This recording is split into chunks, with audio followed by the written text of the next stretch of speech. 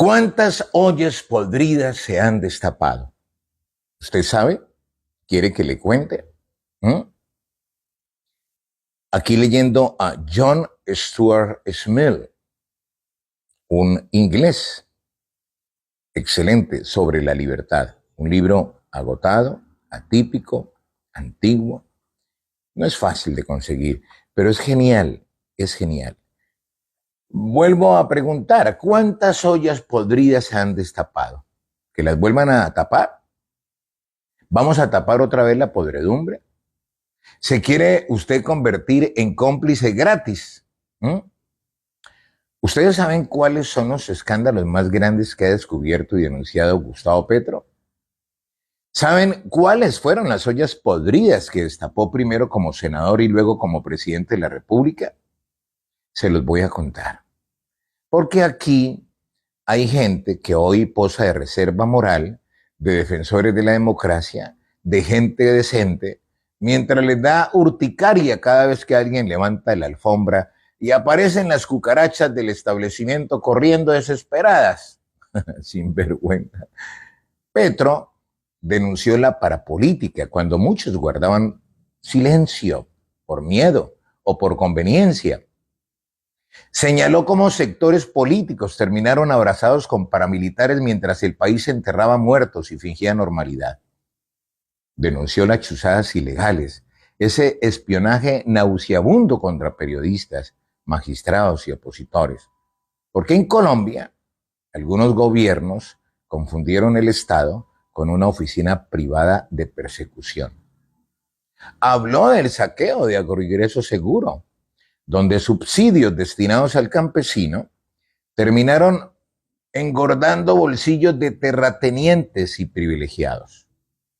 Puso el dedo sobre Odebrecht cuando muchos preferían hacerse los sordos. Señaló nombres, contratos y componendas, mientras los mismos de siempre repetían aquello de no polaricen el país, porque en este país robar parece unir más que gobernar. Recuerdo lo que dijo a propósito Marcelo Odebrecht, principal directivo de la constructora brasileña involucrada en una red continental de sobornos para obtener contratos públicos, incluido el caso de la Ruta del Sol 2 en Colombia. Él dijo, yo jamás corrompí a nadie en Colombia. Cuando los conocí, ya eran corruptos. ¿Cómo olvidar a Jorge Enrique Pizano, testigo clave de las irregularidades en la Ruta del Sol 2? Murió el 8 de noviembre del 2018, oficialmente por un infarto. Tan raro. 3 días después, su hijo, Alejandro Pizano, murió tras beber de una botella que contenía cianuro en la finca familiar. Tan raro. El caso más raro, el caso estremeció al país porque ocurrió justo cuando Pizano había revelado grabaciones comprometedoras relacionadas a propósito con Odebrecht y con el entonces fiscal Néstor Humberto Martínez. Volvamos a Gustavo Petro. Gustavo Petro también habló de reficar, esa refinada manera de evaporar billones de pesos mientras el pueblo hacía filas para pagar impuestos y servicios. Uno de los escándalos económicos más grandes de la historia del país. ¿No se acuerda? Y ni hablar de la salud. El cartel de la hemofilia, el cartel del SIDA, EPS convertidas en fortines políticos y financieros, pacientes usados como mercancía y hospitales exprimidos hasta el colapso. Porque aquí hubo quienes hicieron empresa con el dolor humano y todavía tienen la desfachatez de hablar de ética y patriotismo. Ay, Germán bendito. Entonces yo pregunto, ¿vamos a permitir que todo esto vuelva a cubrirse? ¿Le vamos a echar otra vez tierrita a la corrupción? ¿Vamos a permitir que semejante podredumbre permanezca en la más completa impunidad? Porque si la respuesta es sí, entonces seamos coherentes y apoyemos abiertamente a quienes han representado ese modelo político durante décadas. Apoyemos a quienes aparecen defendiendo ese mismo establecimiento podrido. Apoyemos entonces a personajes como Paloma Valencia y Abelardo de la Espriella, que hoy salen a venderse como salvadores, mientras hacen parte del mismo círculo de poder que durante años se protegió entre sí. Porque entre aliados se cubren, entre cómplices se absuelven, entre socios se reparten silencios. Eso no tiene nada de raro.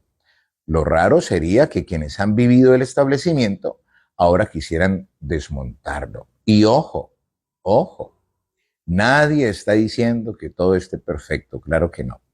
Este gobierno también ha tenido contradicciones, errores y escándalos. Se lo he dicho al presidente Gustavo Petro, pero hay una diferencia enorme entre esconder la basura debajo de la alfombra y destaparla aún cuando eso incomode a los poderosos. Gustavo Petro los denunció, lo expuso, los puso en evidencia. Y esa línea de comportamiento no puede quedarse sola. Por eso, a propósito, apoyar a figuras como Iván Cepeda Castro, pues no es simplemente apoyar a un político o a un partido, es respaldar una postura ética frente al país, es defender la necesidad de seguir depurando un sistema que durante décadas convirtió la corrupción en método de gobierno. ¿Es difícil? Claro que sí. ¿Es incómodo? Pues muchísimo. Pero alguien tenía que empezar a abrir las ventanas de esa casa llena de humedad moral. Y esa responsabilidad no es solamente de los dirigentes, también es del pueblo. Esto lo hago, la verdad, neta, como dicen en México, esto lo hago por amor a mi país, al pueblo. No hago parte de la estructura política de Iván Cepeda. Ya quisiera yo ser parte de esa estructura. Pero amigos, un país que se acostumbra a la corrupción termina defendiendo a sus verdugos y atacando a quienes se atreven a denunciarlos. Sígame y aprende más. De cerca, periodismo independiente. Con permiso.